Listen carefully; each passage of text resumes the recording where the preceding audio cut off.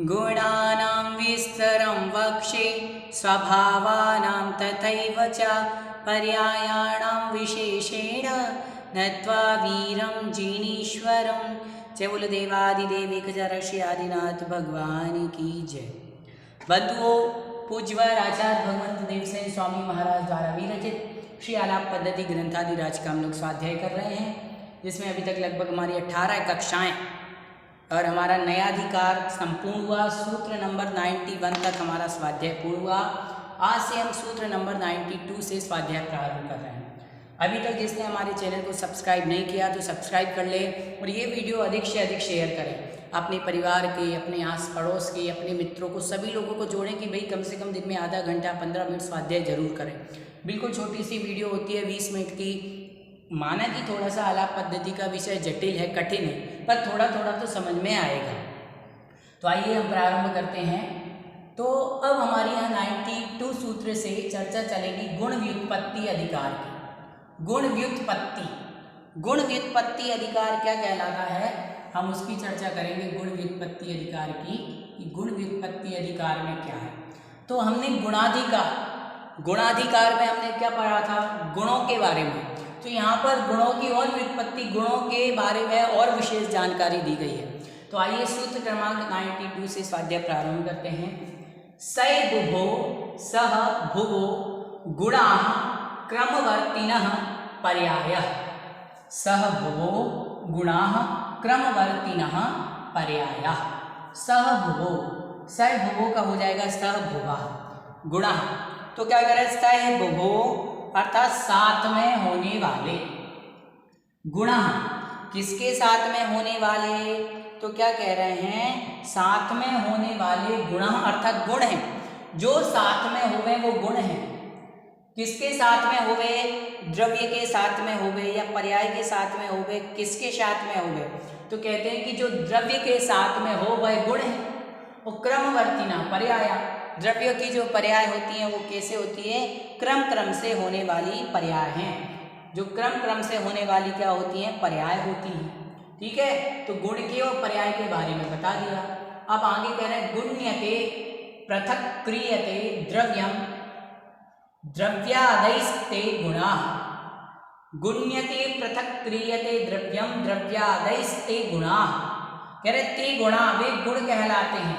कौन, गुण्यते पृथक क्रियते, पृथक क्रियते मतलब जो एक द्रव्य से दूसरे द्रव्य को अलग किया जाए। द्रव्यम द्रव्यादैस, एक द्रव्य से दूसरे द्रव्य, द्रव्यादैस, तो यहाँ पर इसका विषय बन जाएगा तो द्रव्य आदि ते।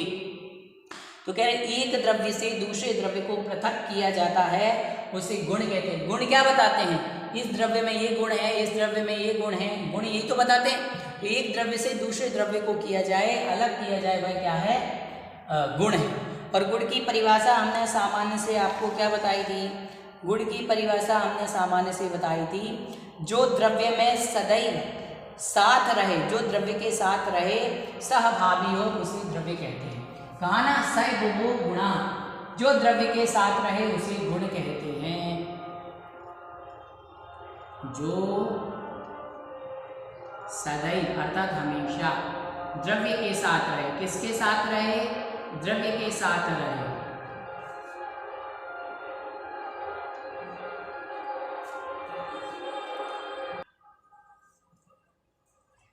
किसे कहते हैं, गुण, जो सदैव द्रव्य के साथ रहे, जो द्रव्य के साथ रहता है उसे क्या कहते हैं, उसे गुण कहते हैं।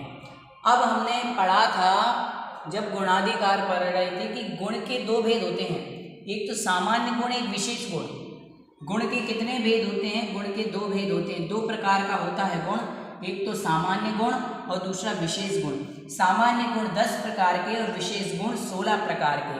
ठीक है, सामान्य गुण क्या है, सामान्य गुण में हमने पढ़ा था अस्तित्वम, वस्तुत्वम, द्रव्यत्वम, प्रमेयत्वम, आगुरुलगत्वम, प्रदेशत्वम, चेतनत्वम, अचेतनत्वम, मूर्तित्वम, अमूर्तत्वम। तो ये हमने 10 सामान्य गुण पढ़े थे। विशेष गुण आपने और हमने क्या पढ़े थे, हमने पढ़े थे दर्शन, ज्ञान, सुख, वीर, स्पर्श, रस, गंध, वर्ण, गति हेतुत्व, स्थिति हेतुत्व, अवगाहन हेतुत्व, वर्तना हेतुत्व, चेतनत्व, अचेतनत्व, मूर्तित्व, अमूर्तित्व। ऐसे हमने ये 16 गुण पढ़े थे।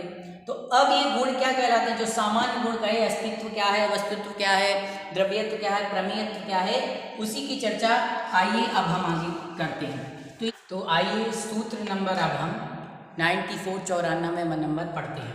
इसमें जो आपके अस्तित्व, वस्तुत्व आदि 10 प्रकार के गुण कहे गए हैं, सामान्य गुण, उनकी चर्चा करते हैं। तो सबसे पहला जो हमारा गुण था वो था अस्तित्व। तो क्या कह रहे हैं? अस्तित्वस्य भावो अस्तित्वं सदरूपत्वं। क्या कहा? अस्तित्वस्य भावो अस्तित्वं सदरूपत्वं। संधि विच्छेद हो जाएगा तो क्या बन जाएगा?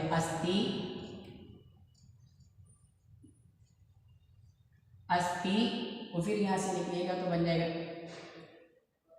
इत्यतस्य। ठीक है, तो यहां पर क्या बन गया? अस्ति इत्यतस्य भाव। अस्ति इत्यतस्य का इसका भी हो जाएगा तो क्या बन जाएगा? इति। अस्ति इति तस्य, है ना? तो ऐसा आपका बन जाएगा तो आएगा अस्ति अर्थात है, इति तस् अस्ति अर्थात है, भावो ऐसा भाव होना कि है चीज उपलब्ध है, ऐसा भाव होने का नाम अस्तित्वम, अस्तित्व है। सदरूपत्वम अर्थात अस्तित्वपने, जो सतरूपपना है, किसी भी चीज की उपस्थिति है, प्रेजेंट है, वही अस्तित्व है। अस्तित्व मतलब किसी भी चीज का अस्तित्व। जैसे जीव है तो जीव है कि नहीं? जीव है, ये अस्तित्व भाव है। पुद्गल है, ये क्या है? भाई अस्तित्व भाव है। धर्म द्रव्य है, अब धर्म द्रव्य किसी को दिखाई तो नहीं देता है, परंतु मैं चल रहा हूँ, मुझ में हलन चलन हो रही है, यही तो धर्म द्रव्य की धर्म द्रव्य चलने में क्या कर रहा है? हेल्प कर रहा है, सहायता कर रहा है। तो धर्म द्रव्य का अस्तित्व है, धर्म द्रव्य है तो यही तो उसका अस्तित्व है, यह अस्तित्व हो गई। ठीक है, अस्तित्व की परिभाषा। वस्तुत्व, वस्तुनो भावो वस्तुत्वम, वस्तुनो भावो वस्तुत्वम सामान्य विशेषात्मकम वस्तु। जो सामान्य और विशेषात्मक वस्तु है, वस्तु कैसी होती है? सामान्य और विशेषात्मक होती है। तो जो सामान्य और विशेषात्मक वस्तु है, और वस्तुनो भावम वस्तुत्वम, वस्तु का जो भाव है वही क्या है? वस्तुत्व है। वस्तुनो भावम, वस्तुनो भावो, वस्तु का जो भाव है वही क्या है? वस्तुत्व है। वस्तु अर्थात कोई भी सामान्य चीज, जैसे ये बोर्ड है, ये बोर्ड भी एक प्रकार की वस्तु है, और इसका जो भाव है, इसका जो स्वभाव है, इसका जो नेचर है, वही क्या है? वस्तुत्व है। मैं जीव हूँ, मेरा नेचर क्या है? अस्तित्व, मतलब हूँ, वस्तुत्वम तो हूँ। जो जिसका स्वभाव है वही क्या? जो वस्तु का स्वभाव है, वस्तु का जो भाव है वही वस्तुत्व है। आ गया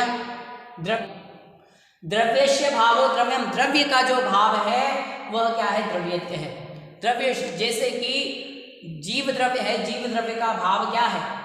जीव द्रव्य का जो भाव है वही द्रव्यत्व है। पुद्गल द्रव्य का जो भाव है वही क्या है? पुद्गल द्रव्यत्व है। धर्म द्रव्य का जो भाव है वही द्रव्यत्व है। निज प्रदेशा समूह, अर्थात निज प्रदेशा, 2 बार आएगा निज, निज एक बार छूट देंगे। निज निज प्रदेश समूह, समूह है ना, रखंड, समूह रखंड। तो क्या कह रहे हैं कि समूह है, अर्थात जो समूह किसका? अपने अपने प्रदेशों का जो समूह है। तो समूह के बारे में रा से आ निकलेगा तो अखंड वृत्त्या, अखंड वृत्त्या का मतलब जो अखंड पने को स्वभाव और विभाव पर्यायान, स्वभाव और विभाव पर्यायों को प्राप्त होता है, वो क्या है? वह द्रव्य है। जो होता है और आगे होवेगा, हो चुका है, वह क्या है? द्रव्यम अर्थात द्रव्य। जो अपने अपने प्रदेश के समूह के द्वारा अखंड पने से अपने स्वभाव और विभाव पर्यायों को प्राप्त करता है, प्राप्त होता है, या होवेगा, या हो चुका है, या फिर जो आत्मा का जो द्रव्य का, कौन सा द्रव्य? जीव द्रव्य, पुद्गल, धर्म, धर्माकाश, कोल, कोई भी हो, तो जो द्रव्य का भाव है वही क्या है? द्रव्यत्व है। अब कैसे?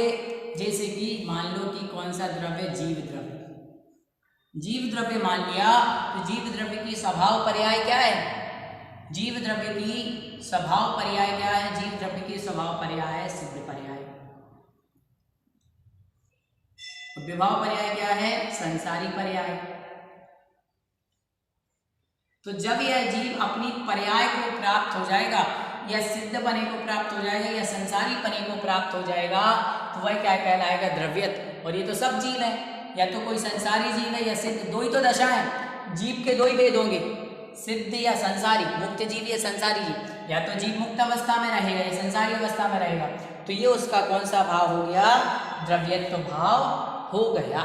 तो देखिए अब यहाँ तक जो हमारी चर्चा थी वो अस्तित्व, वस्तुत्व और द्रव्यत्व की हुई। अब आगे कह रहे हैं कि जब आप बार बार सत कह रहे हैं तो सत है क्या? द्रव्य का लक्षण क्या है? तो क्या कहा? सत द्रव्य लक्षणम सीदति स्वाकियान गुण पर्यायान व्याप्त नोति इति। व्याप्नोतीति सत, यहाँ पर संधि विच्छेद हो जाएगा तो बन जाएगा व्याप्त नोति इति सत उत्पाद व्यय द्रव्य युक्तम सत। तो क्या कहते हैं? सत द्रव्य लक्षणम, द्रव्य का लक्षण क्या है? सत। द्रव्य का लक्षण क्या कहा गया? सत। द्रव्य है, द्रव्य का लक्षण कहा? सत। ठीक है, आपने पढ़ा है सत द्रव्य लक्षण तत्वार्थ सूची में। ठीक, सीदति स्वाकियान गुण पर्यायान व्याप्नोति इति, यहाँ पे बन जाएगा व्याप्नोति।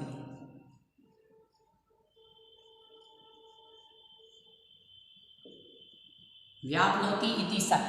तो क्या कह रहे हैं आगे कि अपने गुण पर्यायान, गुण और पर्यायों को, अर्थात गुण और पर्यायों को व्याप्नोति अर्थात व्याप्त होने वाला है, वो क्या है? सत। जो अपने गुण और पर्याय, सीदति मतलब अपने गुण और पर्याय को व्याप्त होने वाला है, व्याप्त होता है, जो व्याप्त होने वाला है उसे क्या कहते हैं? सत। और उत्पाद व्यय द्रव्य युक्तम सत, और उत्पाद व्यय द्रव्य से जो युक्त है उसे सत कहते हैं। तो सत की तीन परिभाषा बताएं। सबसे पहले तो द्रव्य का लक्षण बताया, सत द्रव्य का लक्षण है। द्रव्य का लक्षण क्या है? सत, एक तो ये। दूसरा, तीन बातें यहाँ पर बता रहे हैं। और फिर उन्होंने कहा उत्पाद व्यय द्रव्य से जो युक्त है वो सत है, और जो अपनी गुण और पर्याय, अपने गुण और पर्याय को, गुण और पर्यायों को जो व्याप्त होने वाला है उसे क्या कहते हैं? सत कहते हैं। ठीक है, तो ये समझा। अब उसके बाद इसमें तीन शब्द आए, उत्पाद व्यय और द्रव्य। ये क्या है?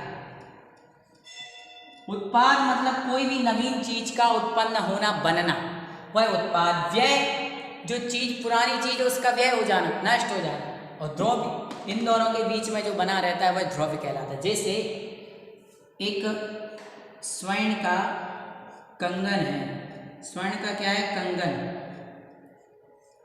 तो आपने कंगन को मिटा करके क्या बनाया? हार बनाया। तो स्वर्ण के कंगन का तो क्या हो गया? व्यय हो गया। परंतु इन दोनों के बीच में जो बना रहा वो है स्वर्णत्वपना। जो आपका स्वर्णत्वपना है वो स्वर्णत्व दोनों के बीच में बना रहा। तो देखो, कंगन की पर्याय का तो व्यय हो गया अर्थात नाश हो गई, और स्वर्ण की पर्याय हार, हार की पर्याय का उत्पाद हो गया, और जो स्वर्ण था वो स्वर्ण दोनों के बीच में बना रहा। ये उत्पाद व्यय और द्रव्य हो गया। अब आगे कहते हैं प्रमेयत्व, चौथे नंबर का गुण। प्रमेयस्य भावः प्रमेयत्वं प्रमाणेन स्वपररूपं परिच्छेद्यं प्रमेयम्। प्रमेयस्य अर्थात प्रमेयस्य, प्रमेय का जो भाव है वह प्रमेयत्व है। और प्रमाणेन अर्थात क्या कह रहे हैं? प्रमाणेन अर्थात प्रमाण के द्वारा। स्वपर रूपम, स्व और पर, प्रमाण के द्वारा जो जानने योग्य स्व और पर रूप है वही क्या है? प्रमेयम। वह क्या है? प्रमेय है। स्वरूप क्या है? पर रूप क्या है? ये किसके द्वारा जाना जाता है? प्रमेय के द्वारा, प्रमाण के द्वारा जाना जाता है। और वही प्रमाण क्या है? प्रमाण के द्वारा जो जानने योग्य स्व और पर रूप है वह क्या है? प्रमेय। तो इस प्रकार से आपके ये चौथा वाला हुआ। अब आगे पढ़ते हैं सूत्र नंबर 99। इसमें आप परिभाषा बता रहे हैं आगुरु लघु गुणत्व की, आगुरु लघुत्व। ठीक है, तो बता रहे हैं आ लघु गुण क्या है? तो अगुरु लघोर भावो आगुरु लघुत्वम, आगुरु लघोर भावो आगुरु लघुत्वम, सूक्ष्म आवाग गोचरा। क्या कहा यहाँ पर? आवाग गोचरा, अवाग गोचरा। प्रतिक्षणम वर्तमान आगम प्रमाणाद्युपगम्या आगुरु लघु गुणा। आगुरु लघोर भावो आगुरु लघुत्वम। जो आगुरु लघु का भाव है वह आगुरु लघुत्व गुण है। अब क्या कह रहे हैं, जो सूक्ष्म अर्थात जो सूक्ष्म है, समझते जाइएगा, जो क्या है, एक तो सूक्ष्म है और आग गोचर अर्थात वचनों से नहीं कहा जा सकता, ऐसा है आगुरु लघु गुण, इसको वचनों में नहीं कहा जा सकता।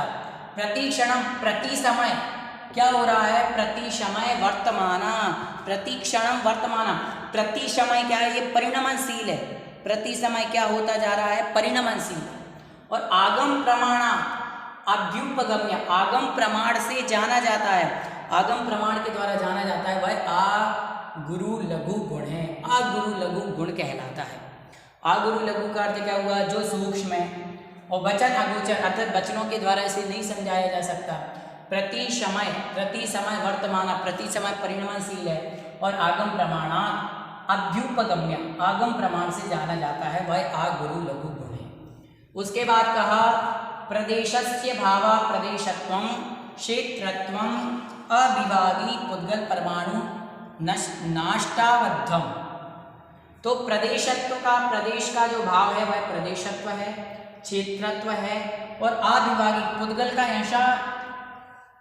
ऐसा परमाणु जिसका दूसरा भाग न हो सके, पुद्गल का ऐसा परमाणु जिसका दूसरा भाग न हो सके, उसे क्या कहते हैं, हम प्रदेश कहते हैं। ठीक है, न अष्टवधत्व, जिसका दूसरा पार्ट नहीं हो सकता है। तो इस प्रकार से ये आपका प्रदेशत्व हो गया और आगुरु लघुत्व हो गया। इस प्रकार से हमारा आगुरु लघुत्व और प्रदेशत्व। अब आगे चेतनत्व, चेतनस्य भावश्चेतनत्वं, चेतनस्य भावश्चेतनत्वं चैतन्यम अनुभवम, चैतन्यम अनुभवम, संधि विच्छेद करेंगे तो चैतन्यम अनुभवम बन जाएगा। चेतनस्य भावम, चेतनता का जो भाव है, चेतन का जो भाव है, जो चेतन पदार्थों का अनुभवन करता है, उसे चेतनत्व कहते हैं। जैसे कि मैं जीव चेतन हूँ और ये बोध पुद्गल है, अचेतन है। अचेतनस्य भावो चेतनत्वमयि चैतन्यम अनुभवम। जो अचेतनता का भाव है वो अचेतनत्व है, और जो अचेतनता का अनुभव करता है वो अचेतनत्व है। सीधी बात, मैं कौन हूँ, चेतन हूँ, तो मैं चेतनता का अनुभव करता हूँ, तो मैं क्या हूँ, चैतन्य हूँ। क्या कहलाता हूँ मैं, भैया चैतन्यपना है उनमें। और ये पुद्गल क्या है, अचेतन है। क्यों, क्योंकि अचेतनता का अनुभवन करता है। मूर्तस्य भावो मूर्तित्वम रूपादिमत्वम, जो मूर्तिकता का भाव है वह मूर्तत्व है, जो रूपादि से सहित है। अब देखो ये जो पुद्गल है, ये पुद्गल में रूपादि है, स्पर्श रस गंध वर्ण सब कुछ है इसमें, तो ये क्या है, मूर्तिक है। परंतु जो सिद्ध भगवान की आत्मा है वो अमूर्तिक है, क्योंकि इसमें स्पर्श रस गंध वर्ण आदि नहीं है। अमूर्तस्य भावो मूर्तत्वम रूपादि रहित्वम, अर्थात जो अमूर्तिकता का जो भाव है वही अमूर्तित्व है। अमूर्तित्व क्या है, जैसे कि जो सिद्ध भगवान हैं वो स्पर्श रस गंध वर्ण आदि सबसे रहित हैं, तो वो कौन हो गए, अमूर्तिक हो गए, है ना। जीव है और एक पुद्गल है। पुद्गल क्या है, जीव का नेचर क्या है, अमूर्तिक, और पुद्गल क्या है, पुद्गल का गुण क्या है, मूर्तिक। क्यों, क्योंकि पुद्गल में स्पर्श रस गंध वर्ण है, इस बोर्ड में स्पर्श रस गंध वर्ण है, परंतु सिद्ध भगवान में स्पर्श रस गंध वर्ण नहीं है, इसलिए वो अमूर्तिक हो गए। इस प्रकार से आपका गुण हमने किसे कहा था, जो द्रव्य के साथ रहता है वो गुण कहलाता है। और गुण के दो भेद, सामान्य और विशेष। सामान्य 10 प्रकार के और विशेष 16 प्रकार के। सामान्य में अस्तित्व, वस्तित्व, द्रव्यत्व, प्रमेयत्व, आगुरु लघुत्व, और इस प्रकार से हमने प्रदेशत्व, चेतनत्व, अचेतनत्व, मूर्तित्व, अमूर्तित्व, इस प्रकार से 10 गुणों के बारे में पढ़ा। आज की कक्षा में इतना ही, अगली कक्षा में हम और पढ़ेंगे। सभी को जय जिनेंद्र।